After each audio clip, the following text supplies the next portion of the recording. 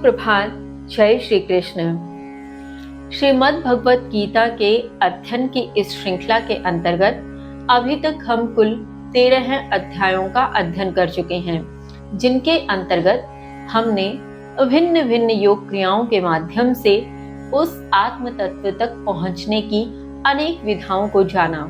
हमने जाना कि किस प्रकार उस आत्म तत्व तक पहुंचा जा सकता है, किस प्रकार परम गति को प्राप्त हुआ जा सकता है, और अनेक प्रकार से प्रकृति, उसके भीतर स्थित गुण और अनेक प्रकार की अवस्थाओं से होते हुए हम आज आ पहुंचे हैं 14वें अध्याय तक।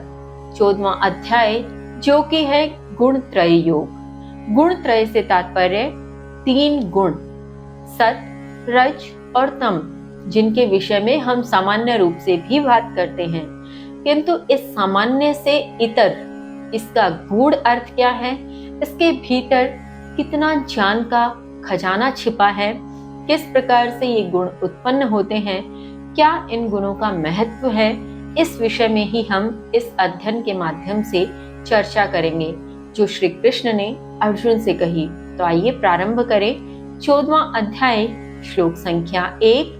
श्री भगवान उवाच।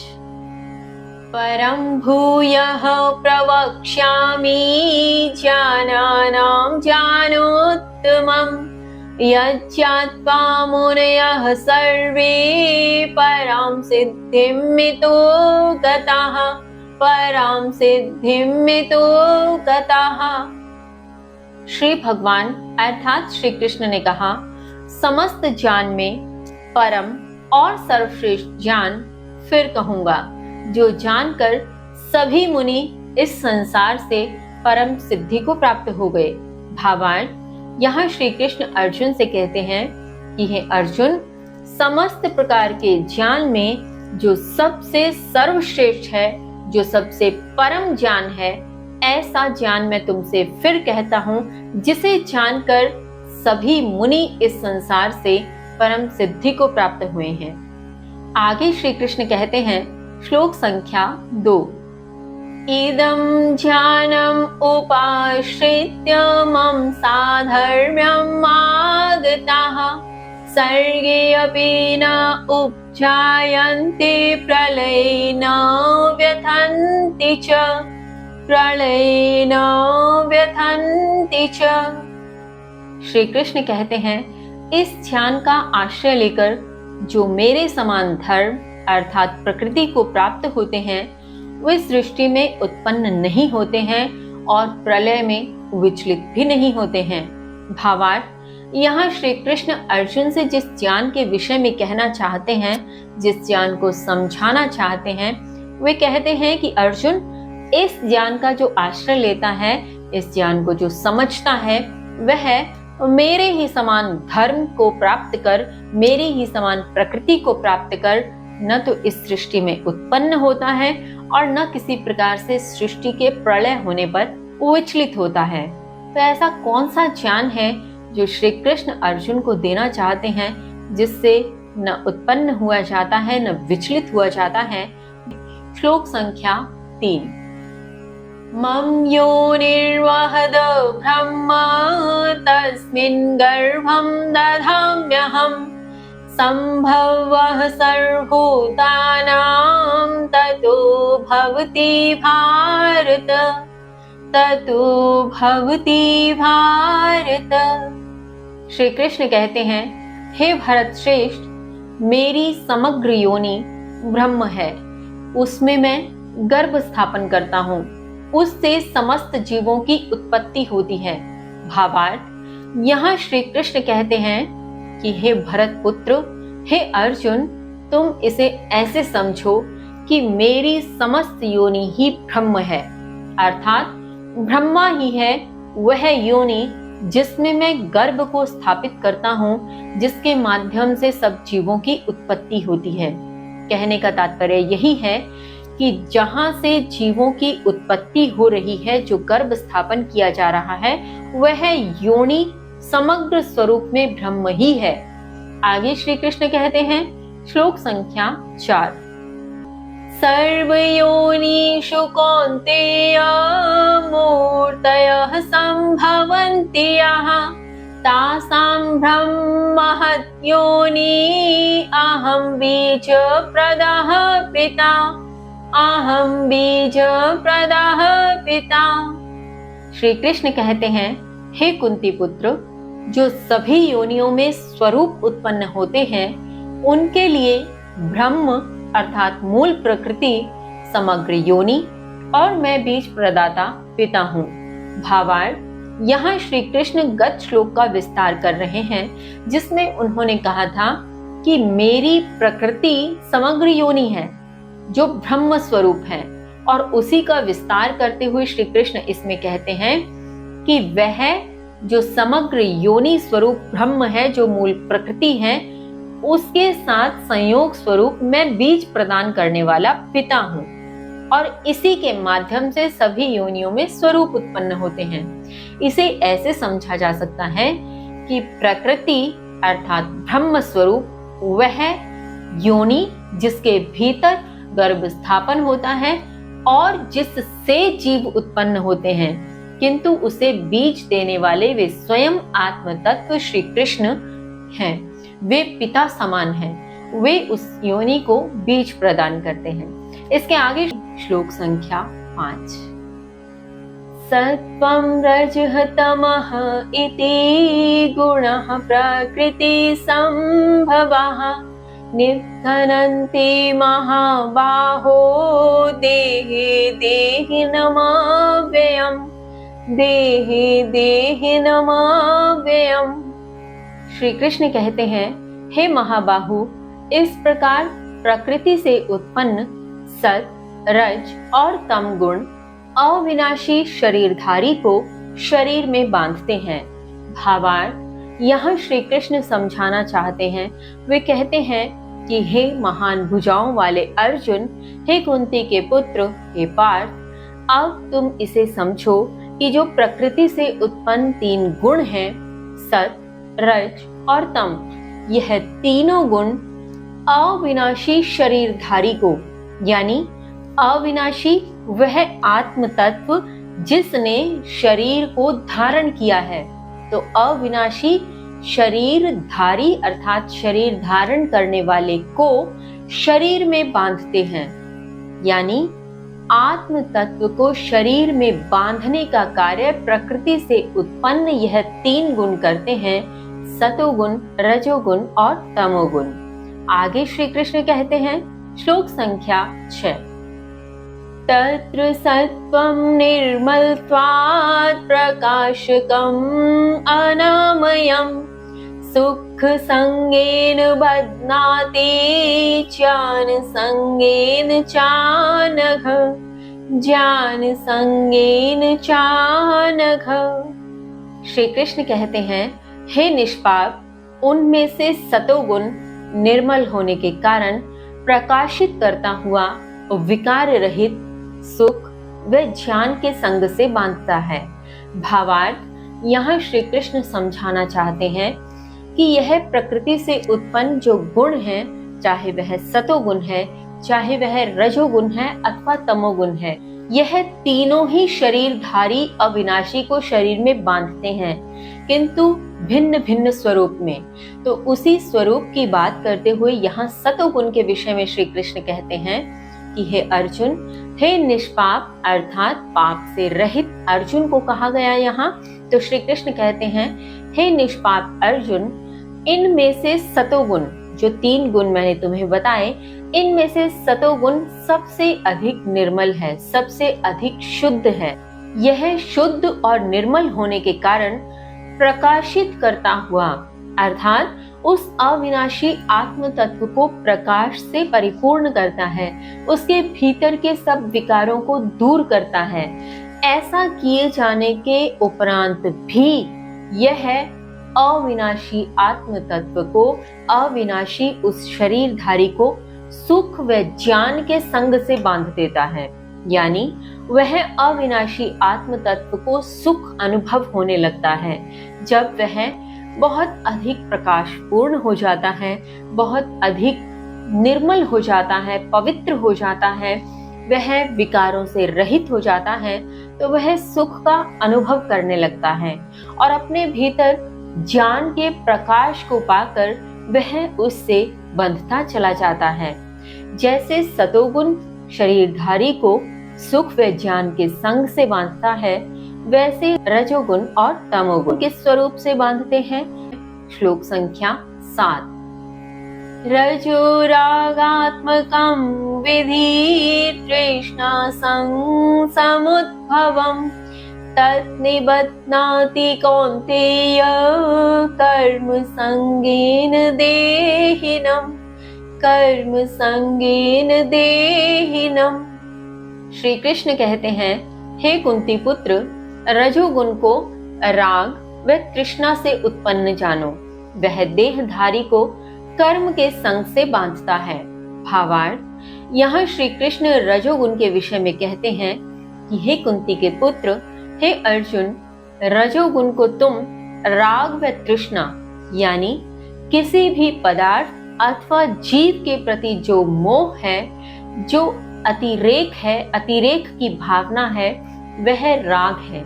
और यही राग तथा तृष्णा अर्थात किसी भी चीज को पाने की लालसा, किसी भी चीज को प्राप्त करने की अतिशय चाह, यह तृष्णा है। तो यही राग व तृष्णा से उत्पन्न होता है रजोगुण, और यह रजोगुण देहधारी उस आत्म तत्व को कर्म के संग से बांधता है, क्योंकि वह आत्म तत्व कर्म के प्रति लालायित होता है केवल कुछ पाने की लालसा के साथ, यानी कर्म के प्रतिफल में वह कुछ न कुछ पाने की चाह रखता है, और इसी कारण से वह कर्म के प्रति राग से युक्त हो जाता है और कर्म के प्रतिफल में तृष्णा उत्पन्न होती है। कर्म के फल में वह कुछ न कुछ पाना चाहता है और सकाम कर्म की ओर बढ़ता चला जाता है। इसी कारण वह कर्म के संग से बंध जाता है। आगे श्री कृष्ण कहते हैं, श्लोक संख्या 8। तमः तु अज्ञानजं विधि मोहनं सर्वदेहिनां प्रमादालस्य निद्राभिः तन्निबध्नाति भारत। श्री कृष्ण कहते हैं, हे भरतपुत्र, लेकिन तमोगुण को अज्ञान से उत्पन्न जानो।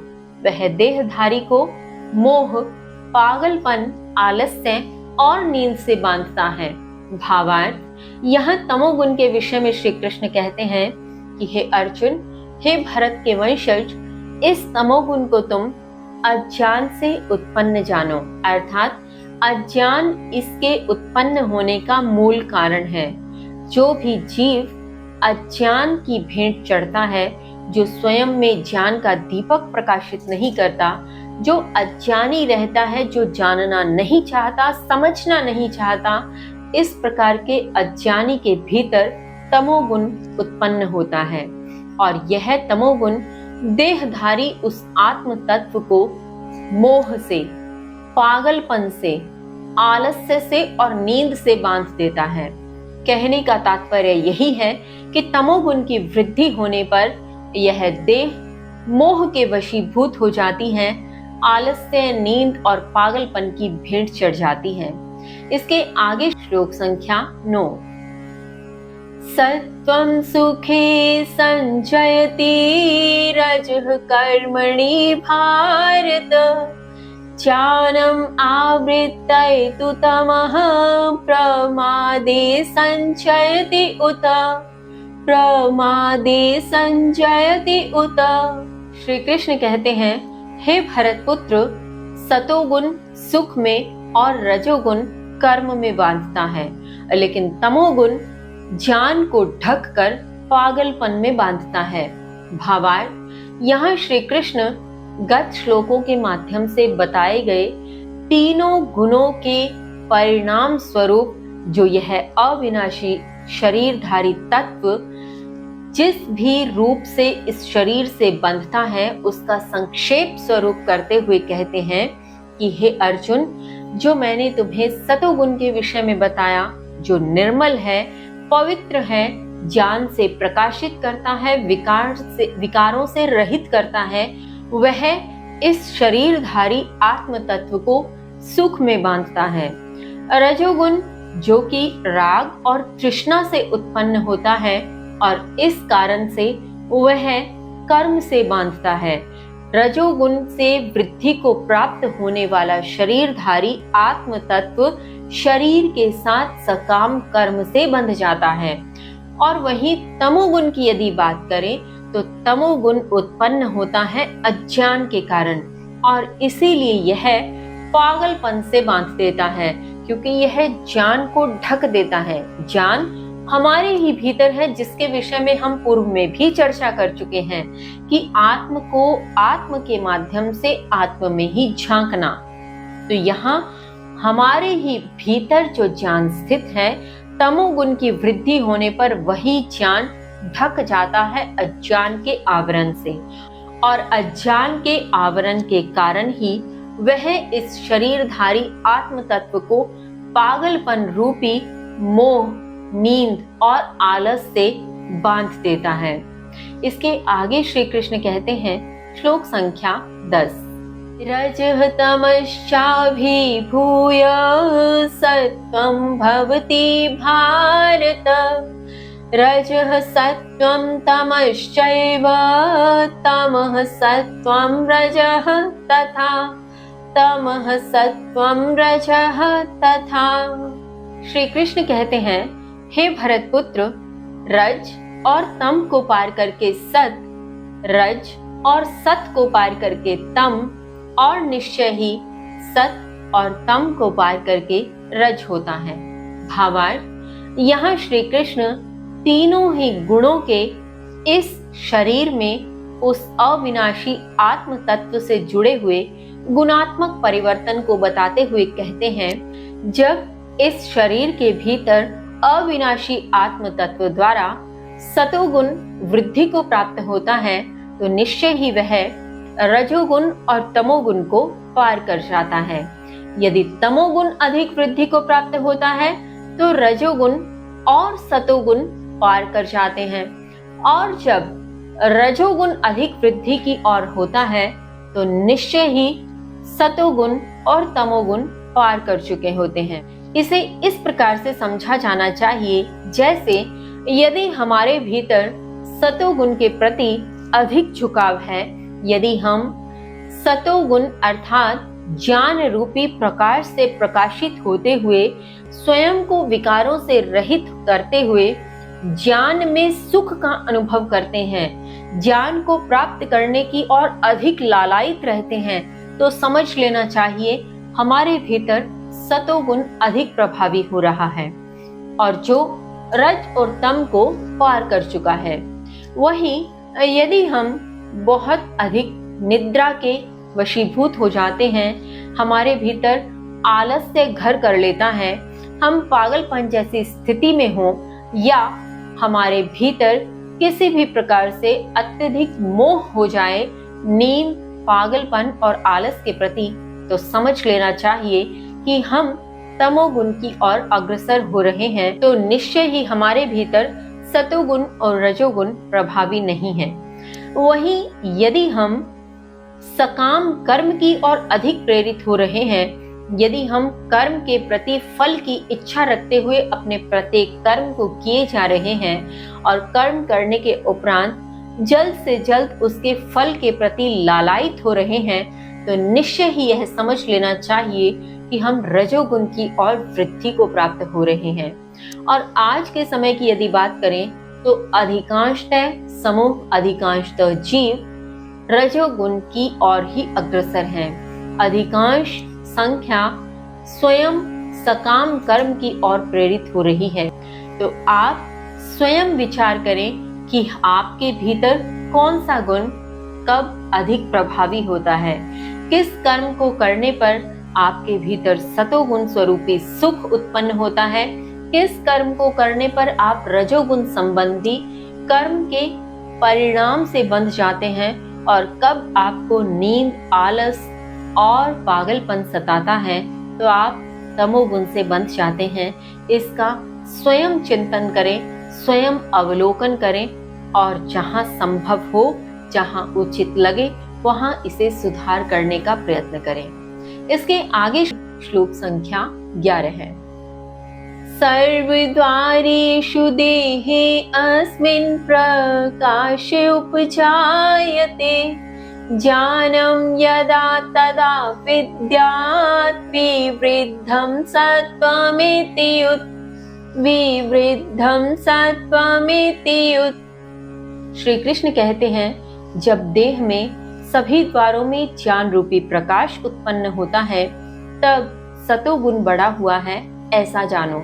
भावार्थ, यहाँ श्री कृष्ण कहते हैं कि जब इस देह के सभी 9 द्वारों में ज्ञान का प्रकाश प्रकट होता है, जब ऐसा प्रतीत होता है कि इसके सभी द्वार ज्ञान से परिपूरित हो रहे हैं, सर्वप्रथम यह जानना आवश्यक है कि इस देह के 9 द्वार कौन से हैं।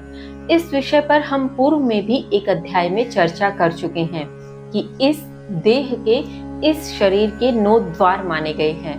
वे 9 द्वार हैं: 2 आंखें, 2 कान, 2 नथुने, मुख, उत्सर्जन और मल द्वार।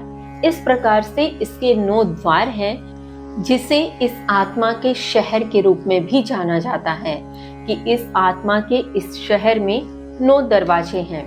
तो यहाँ श्री कृष्ण कहते हैं कि जब ऐसा लगे कि सभी ओर से ज्ञान रूपी प्रकाश ही बह रहा है, सभी प्रकार से अपने आप को संयमित कर यह आत्म तत्व केवल ज्ञान रूपी मार्ग की ओर अग्रसर है, तब समझ लेना चाहिए कि सतोगुण बढ़ा हुआ है। इसके आगे श्री कृष्ण कहते हैं, श्लोक संख्या 12 है। लोभः प्रवृत्तिः आरम्भः कर्मणाम् अश्मः स्पृहा, रजसि एतानि जायन्ते विवृद्धे भरतर्षभ। श्री कृष्ण कहते हैं, हे भरतपुत्र, लोभ प्रवृत्ति का आरंभ, कर्मों में अशांति और इच्छा, ये सब रजोगुण के बढ़ने पर उत्पन्न होते हैं। कहने का तात्पर्य यहाँ श्री कृष्ण समझाते हैं कि जब ऐसा लगे कि हमारे भीतर कर्मों के प्रति अशांति उत्पन्न हो रही है, हम अधिक से अधिक कर्म किए जाने की इच्छा कर रहे हैं और वो कर्म इसलिए कर रहे हैं ताकि हमें फल प्राप्त हो सके, फल को पाने की इच्छा से, यानी लोभ की प्रवृत्ति का जो आरंभ हो रहा है, जिसके माध्यम से कर्म कर रहे हैं, तब भी कर्मों में अशांति है। तो इस प्रकार की प्रवृत्ति जब बढ़ने लगे तो समझ लेना चाहिए कि रजोगुण उत्पन्न हो रहा है। अब इसके आगे श्लोक संख्या 13 है। अप्रकाशो अप्रवृत्तिश्च प्रमादो मोह एव च, तमसि एतानि जायन्ते विवृद्धे कुरु नंदन।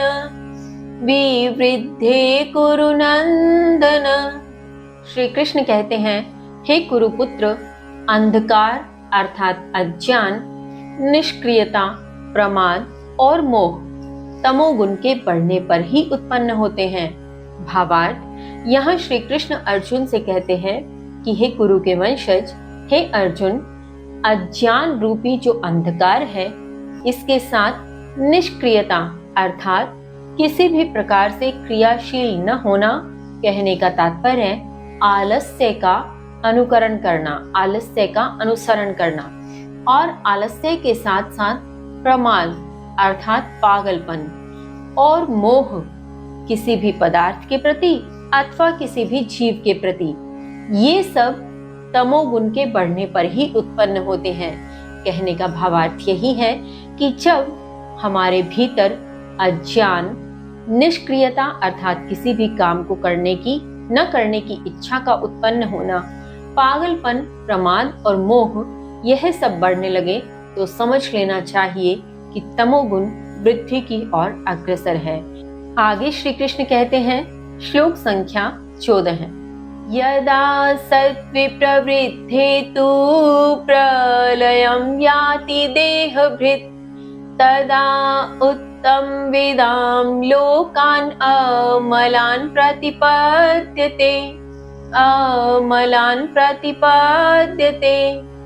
श्री कृष्ण कहते हैं, जब देहधारी सतोगुण के बढ़ने पर संहार को प्राप्त होता है, तब उत्तम ऋषियों के दिव्य लोकों को प्राप्त होता है।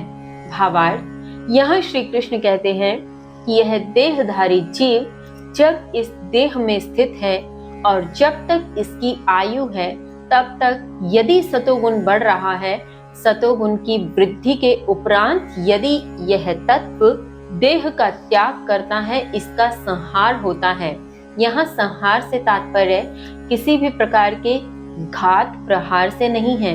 इसका तात्पर्य मात्र इतना है कि जब यह देह समाप्त होती है, इस देह का नाश होता है, तब वह जो देहधारी जीव है, जो सतोगुण के बढ़ने पर इस देह का त्याग करके गया है, तब वह ऋषियों के उत्तम लोकों को, दिव्य लोकों को प्राप्त होता है। अब इसके आगे श्लोक संख्या 15।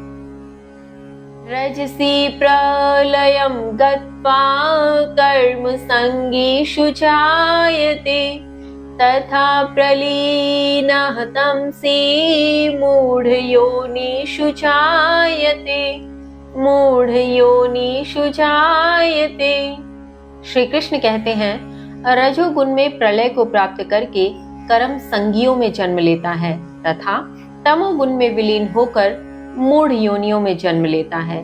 भावार्थ, यहाँ श्री कृष्ण रजोगुण और तमोगुण के विषय में कहते हैं कि यदि देहधारी जीव इस देह के रहते हुए रजोगुण में बंध जाता है, रजोगुण रूपी कर्म में बंध जाता है, तब इस देह के अंत होने पर वह कर्म संगियों में ही जन्म लेता है। कहने का भावार्थ कि बाद में अर्थात देहधारी जीव यदि इस समय रजोगुण की कर्म में बंधी हुई है, कर्म के प्रति लालायित है और रजोगुण अपनी वृद्धि पर है, और इस समय यदि यह देह को त्याग दे, तब यह देहधारी जीव, यह आत्म तत्व पुनः कर्म संगियों में जन्म लेगा, रजोगुणियों में ही जन्म लेगा। तथा तमोगुण में जो विलीन होता है, अर्थात जब तमोगुण अपनी वृद्धि की ओर हो, जब देहधारी जीव प्रमाद, आलस्य, मोह के वशीभूत होते हुए उसी ओर अग्रसर हो, तब यदि यह देह को त्यागे तो मूढ़ योनियों में जन्म लेगा।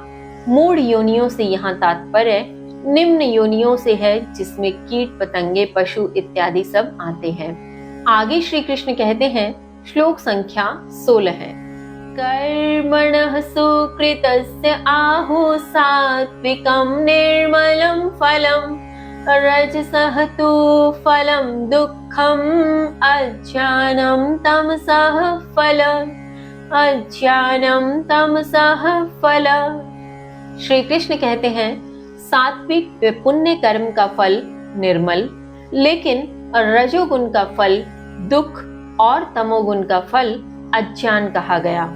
भावार्थ, यहाँ श्री कृष्ण कहते हैं कि जो सात्विक और पुण्य कर्म करता है, जो सतोगुणी है, उसका फल प्रत्येक प्रकार से निर्मल ही होता है, पवित्र होता है। किंतु वहीं जो रजोगुण के अधीन है, जो रजोगुण के अधीन होकर अपने कर्म करता है, उसका फल निश्चय ही सदैव दुख के रूप में आता है। और जो तमोगुणी है, जो तमस के अंधकार में अपने कर्मों को करता है, या यह कह ले कि जो तमोगुणी है वह तो अधिकांशतः निष्क्रिय ही है, तो उसका फल प्रत्येक प्रकार से अज्ञान ही होता है। इस प्रकार से इनके विषय में कहा गया है। हम इसे ऐसे भी समझ सकते हैं कि जब हम सात्विक व पुण्य कर्म करते हैं तो निश्चय ही हमें सुखद अनुभूति होती है, हमें बहुत अच्छा लगता है। किंतु जब हम रजोगुण के अधीन होते हैं, तब हम अपने द्वारा किए जा रहे प्रत्येक कर्म के लिए फल का निर्धारण पहले ही कर लेते हैं कि हम यह कर्म कर रहे हैं तो हमें यह फल मिलना ही चाहिए। किंतु हम हमेशा अधिक सोचते हैं और उतना फल न मिलने पर सदैव दुखी होते हैं, इसीलिए रजोगुण का जो फल है वह दुख कहा गया। और वहीं तमोगुण जो है ही अंधकार के वशीभूत, तो निश्चय ही उसका फल तो अज्ञान ही होगा।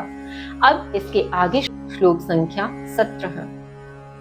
सत्त्वात् संजायते ज्ञानं रजसो लोभ एव च प्रमाद मोहो तमसो भवतो अज्ञानमेव च। श्री कृष्ण कहते हैं, सतोगुण से ज्ञान और रजोगुण से लोभ ही उत्पन्न होता है, तमोगुण से प्रमाद, मोह और अज्ञान ही होता है। भावार्थ, यहाँ श्री कृष्ण तीनों गुणों के विषय में कहते हैं कि सतोगुण से सदैव ज्ञान ही उत्पन्न हो सकता है, क्योंकि यह ज्ञान से ही प्रकाशित करता है, यह सात्विक है। वहीं रजोगुण से लोभ उत्पन्न होता है, क्योंकि रजोगुण कर्म में बांधता है और कर्म फल की इच्छा रखते हैं, और फल की इच्छा हमेशा लालच के प्रति ही होती है। इसलिए रजोगुण सदैव लोभ ही उत्पन्न करता है, किंतु वहीं तमोगुण प्रमाद अर्थात पागलपन, मोह और अज्ञान उत्पन्न करता है। यह प्रत्येक प्रकार से नष्ट कर देता है। आगे श्री कृष्ण कहते हैं, श्लोक संख्या 18 है, उधर्वं गच्छन्ति सत्त्वस्था मध्ये तिष्ठन्ति राजसाः जघन्य गुण वृत्तिस्था अधो गच्छन्ति तामसाः। श्री कृष्ण कहते हैं, सत में स्थित ऊपर जाते हैं, रजोगुणी मध्य में रहते हैं, घृणित वृत्ति में स्थित तमोगुणी नीचे जाते हैं। भावार्थ, यहाँ श्री कृष्ण तीनों गुणों के विषय में कहते हैं कि जो सतोगुणी है, जो सतगुण के आधार पर स्वयं को बांधता है या सतगुण से बंधा हुआ जीव है, वह ऊपर की ओर जाता है, अर्थात उत्तम ऋषियों के कुल को जाता है। रजोगुणी है जो कर्मों से स्वयं को बांधकर रजोगुण के आधार पर कर्म करता है, वह लोभ की प्रवृत्ति का है, वह फल की कामना करने वाला है, वह मध्य में रह जाता है। और यदि कहें जो घृणित वृत्ति वाले हैं, जो घृणित वृत्ति में स्थित होकर अपने कर्म करते हैं, जो तमोगुणी हैं, जो तमोगुण के अधीन होकर नीच कर्म करते हैं, तो वे नीचे की योनि में ही जाते हैं, अर्थात पशु योनि में, मूढ़ योनि में जाते हैं। आगे श्लोक संख्या 19, नान्यं गुणेभ्यः कर्तारं यदा दृष्टानुपश्यति गुणेभ्यः च परं वेति मद्भावं सोऽधिगच्छति।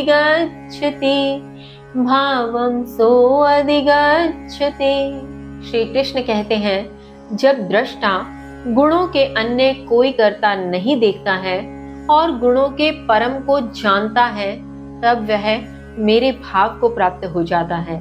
भावार्थ, यहाँ श्री कृष्ण अब उस देहधारी जीव के विषय में कहते हैं कि यदि वह जीव इन तीनों प्रकार के गुणों में न बंधकर, दृष्टा से यहाँ तात्पर्य देखने वाला, उसी जीव के विषय में कहा गया कि जब वह देहधारी जीव केवल दृष्टा बन, केवल देखने वाला बनकर गुणों के अतिरिक्त अन्य किसी को कर्ता नहीं मानता, स्वयं को भी नहीं, स्वयं के द्वारा धारण किए गए इस शरीर को भी नहीं, वह यह समझ रहा होता है, यह केवल देख रहा होता है कि गुणों के अतिरिक्त कोई भी करने वाला कर्ता नहीं है। जो भी कर्म किए जा रहे हैं वह प्रकृति संयोग से उत्पन्न हुए हैं और प्रकृतीय अवस्था के माध्यम से ही पूर्ण होंगे।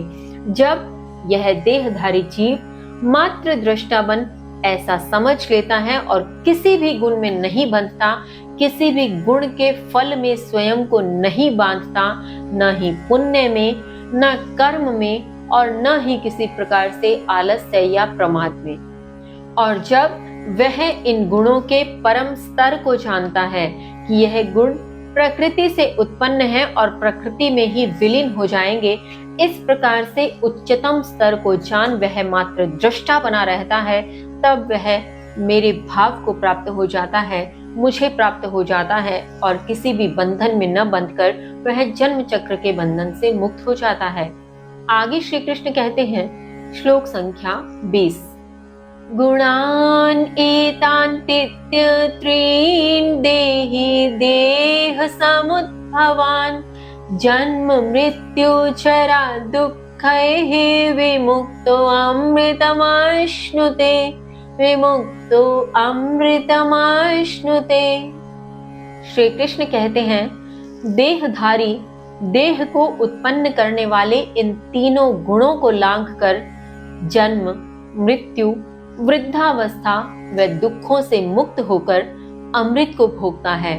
भावार्थ, यहाँ श्री कृष्ण गत श्लोक का विस्तार देते हुए ही कह रहे हैं।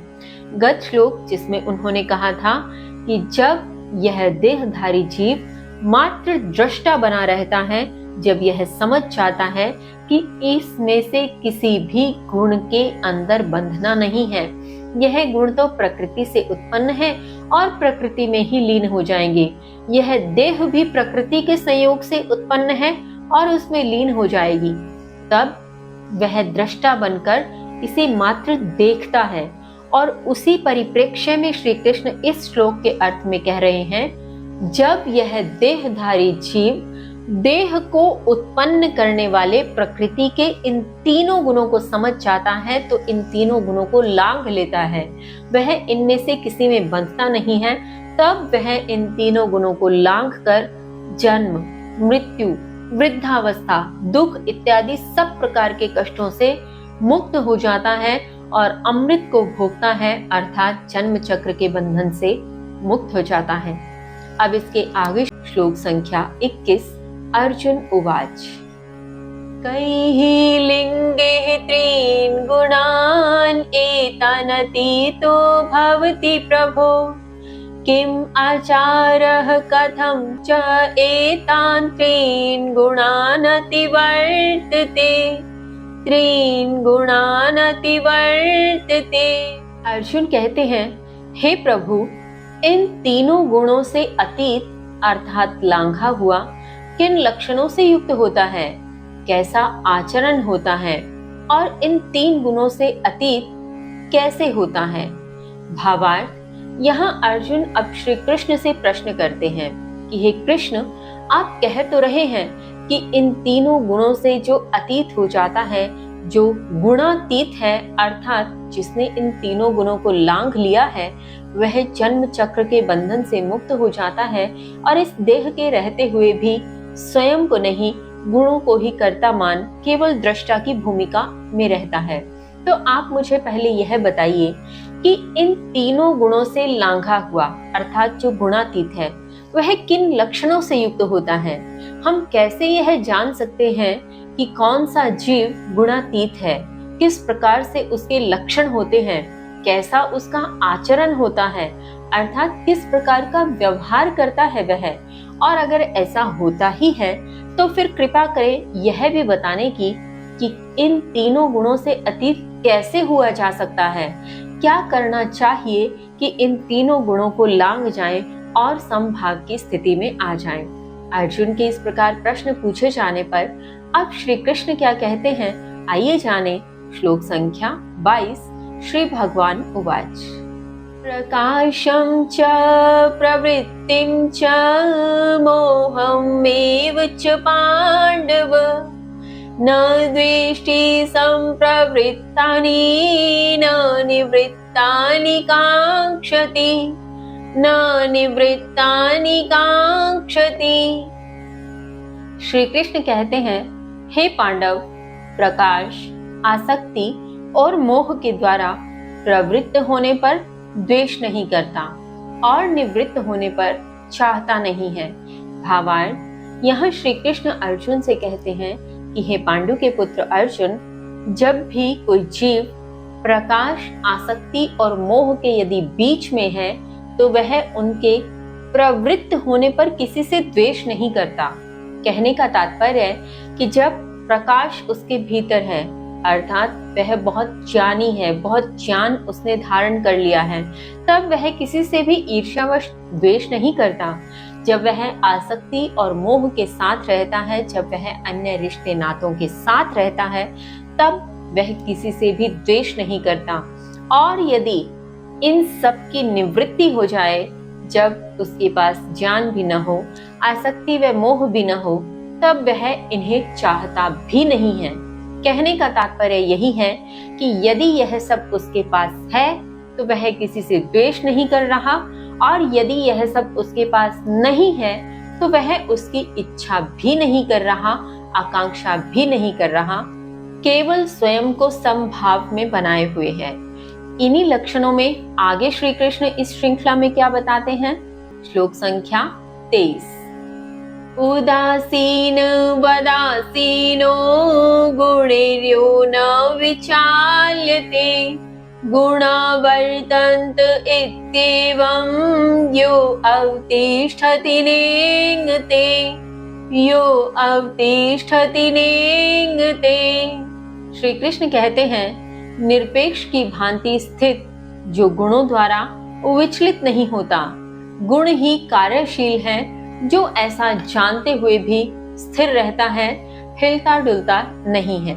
भावार्थ, यहाँ श्री कृष्ण गुणातीत के लक्षणों के विषय में कह रहे हैं कि हे अर्जुन, वह जो गुणों से किसी भी प्रकार से विचलित नहीं होता, जो निरपेक्ष की भांति स्थित है, अर्थात उसे किसी भी प्रकार की अपेक्षा नहीं है किसी से भी, वह निरपेक्ष है। वह न किसी के पक्ष में है तो न किसी के विपक्ष में है। वह एक स्थित प्रत्यय की स्थिति में है। वह बीच के एक समभाव में है, समतुल्य है। वह किसी प्रकार से विचलित नहीं हो रहा। और जो यह जानता है कि गुण ही कार्यशील है, गुण ही प्रकृति के संयोग से कर्मों को उत्पन्न करते हैं और उन कर्मों को इस देह के द्वारा संपन्न किया जाता है, यह मात्र एक संयोग है। इस प्रकार से जो जानता है वह स्थिर रहता है, हिलता डुलता नहीं है, अर्थात विचलित नहीं होता। वह कभी भी किसी भी स्थिति में विचलित होकर अपने भावों को, अपनी मनस्थिति को, अपने कार्यों को बदलता नहीं है। वह केवल प्रकृति के संयोगवश अपने आप को दृष्टा बनाए उन कर्मों में लिप्त रखता है, केवल कर्म किए रहता है किंतु अकर्ता के भाव से। इसी श्रृंखला में आगे श्री कृष्ण कहते हैं, श्लोक संख्या 24। सम दुःखः सुखः स्वस्थः समलोष्टाश्म काञ्चन तुल्य प्रिया प्रियो धीरः तुल्य निंदात्म संस्तुते तुल्य निंदात्म संस्तुते। श्री कृष्ण कहते हैं, जो सुख दुख में समान अपने में स्थित है, मिट्टी का ढेला, पत्थर और सोने को समान देखने वाला, प्रिय और अप्रिय को समान देखने वाला, जो धीर है और अपनी निंदा व स्तुति में समान है। भावार्थ, यहाँ श्री कृष्ण गुणातीत के लक्षणों को आगे बताते हुए कहते हैं कि हे अर्जुन, जो सुख व दुख प्रत्येक परिस्थिति में समभाव को धारण किए रहता है, दुख में विचलित नहीं होता, सुख में अधिक उत्साहित नहीं होता, जो अपने में स्थित है, केवल स्व में, आत्म में केंद्रित है, जिसके लिए मिट्टी का ढेला हो, पत्थर हो अथवा सोना हो, सब कुछ समान है। वह इस प्रकार से भेद नहीं करता। वह प्रिय और अप्रिय को भी समान दृष्टि से देखता है, अर्थात यदि उसका कोई परिचित है, कोई परिजन है, आत्मीय है उसे, और अनजान है, कोई अप्रिय भी है, तब भी वह समान दृष्टि से देखता है, जिसके मन में न तो किसी के लिए वैर भाव है और न अतिरिक्त मोह, जो धीर है, धैर्यवान है, साथ ही साथ जो अपनी निंदा व स्तुति, अर्थात यदि उसकी निंदा हो रही है, उसके किसी कार्य की किसी भी प्रकार से निंदा की जा रही है, उसकी आलोचना की जा रही है अथवा उसकी प्रशंसा हो रही है, वह दोनों ही परिस्थितियों में समान है, न तो स्वयं की निंदा होने पर किसी प्रकार से विचलित हो रहा है या किसी प्रकार से घृणा का भाव उसके भीतर आ रहा है, और न ही स्वयं की प्रशंसा पर किसी प्रकार से मुग्ध हो रहा है। वह दोनों स्थितियों में समान भाव वाला बना हुआ है। यह सब लक्षण श्री कृष्ण ने गुणातीत के विषय में बताए। इसके आगे श्लोक संख्या 25। मानपमानयोः तुल्यः तुल्यो मित्रारिपक्षयोः सर्वारम्भ परित्यागी गुणातीतः स उच्यते। गुणातीतः स उच्यते। श्री कृष्ण कहते हैं, मान अपमान में समान, मित्र शत्रु में समान, सभी उद्यम का त्याग करने वाला वह गुणातीत कहलाता है। यहाँ श्री कृष्ण गत श्लोकों के अर्थ को विस्तार देते हुए गुणातीत के लक्षणों की श्रृंखला के भीतर ही कहते हैं कि हे अर्जुन, जो मान मिलने पर अधिक मुग्ध नहीं होता, उत्साहित नहीं होता, जो अपमान मिलने पर हतोत्साहित भी नहीं होता, अर्थात दोनों ही स्थितियों में समान रहता है, जो मित्र के आ जाने पर, मित्र के मिल जाने पर किसी प्रकार से अधिक उत्साहित नहीं होता और शत्रु के प्रति किसी प्रकार से द्वेष का भाव नहीं रखता, जो इन दोनों में भी समान है और सभी उद्यम का त्याग करने वाला। कहने का तात्पर्य कि जितने भी उद्यम, जितने भी कर्म उसके माध्यम से किए जा रहे हैं, वह उनके प्रति किसी भी प्रकार से अहम का भाव नहीं रखता कि यह उद्यम, यह कर्म मेरे द्वारा किया गया है। वह कर्म कर देता है और कर्म के फल का किसी प्रकार से चिंतन न करते हुए कर्म का त्याग कर देता है, और यह मानकर कि यह कर्म गुणों के माध्यम से प्रकृति के संयोगवश हो रहे हैं। कोई भी उद्यम उसके द्वारा किया जा रहा है, वह प्रत्येक उद्यम का त्याग करने वाला हो, इस प्रकार के लक्षणों से युक्त, इस प्रकार का आचरण करने वाला गुणातीत कहलाता है। अर्जुन ने श्री कृष्ण से 3 प्रश्न किए थे, जिसमें उसने पूछा था कि वह किन लक्षणों से युक्त होता है जो गुणातीत है, किस प्रकार का उसका आचरण होता है और कैसे गुणातीत हुआ जा सकता है। तो यहाँ तक श्री कृष्ण ने 2 प्रश्नों का उत्तर दे दिया है, जहाँ पे उन्होंने उसके माध्यम से जो लक्षण है वो भी बताए और ये बताया कि उसका आचरण कैसा होता है।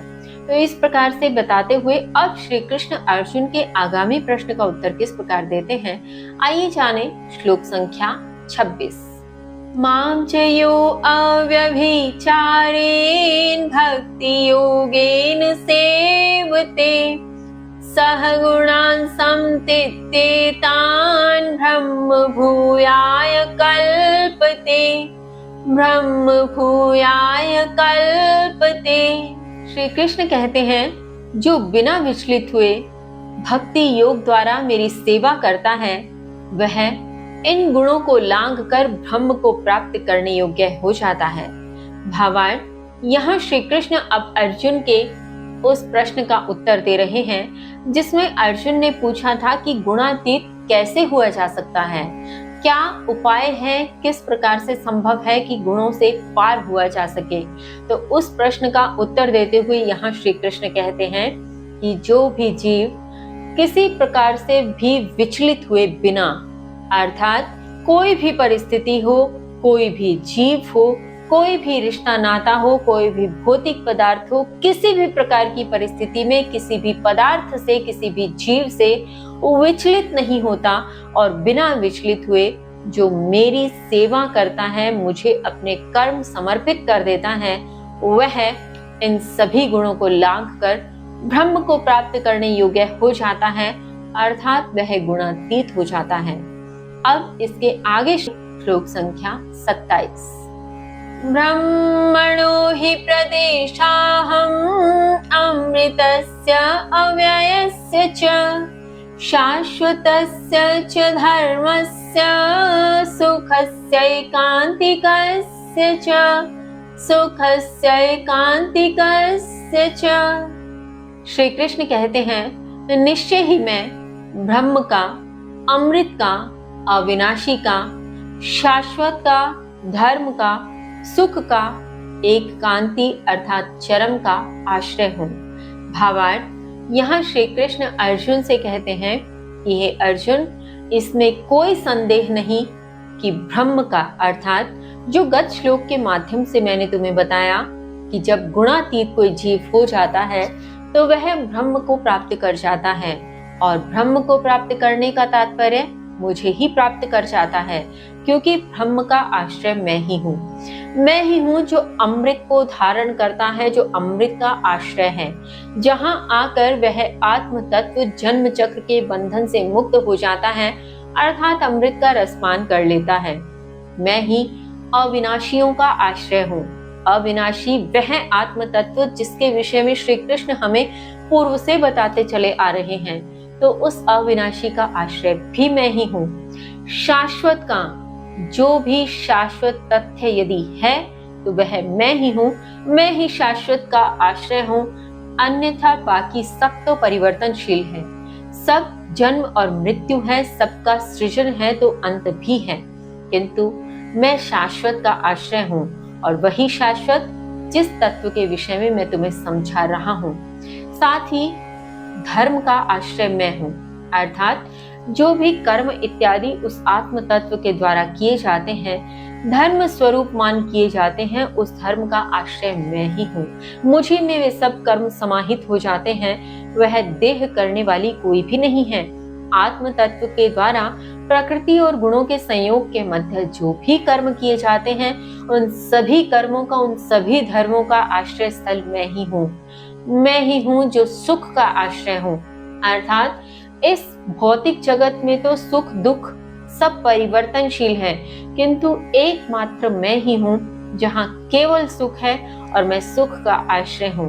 एक कांति अर्थात उस चरम का आश्रय हूँ, जिस चरम की प्राप्ति के पश्चात कुछ भी प्राप्त करना शेष नहीं रह जाता।